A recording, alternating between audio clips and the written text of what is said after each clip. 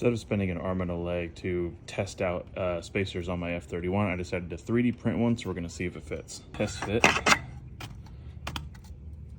It is absolutely on there. I know a lot of people are gonna say these are way too big. Keep in mind, I'm also wide bodying the F30, and I'm probably gonna take these studs off. I'd say that's gonna stick it out pretty damn wide. So this is a 35 mil wheel spacer. I actually probably could go a lot smaller. I probably can go 30s, which would be good. Now let's see how they go on the front. Not gonna lie, these 3D printed spacers are working a lot better than I anticipated.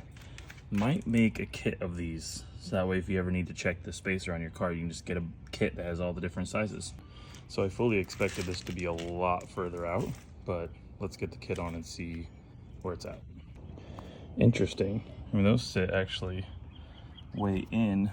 They actually might fit perfect. So the real question here, should I even wide body the wagon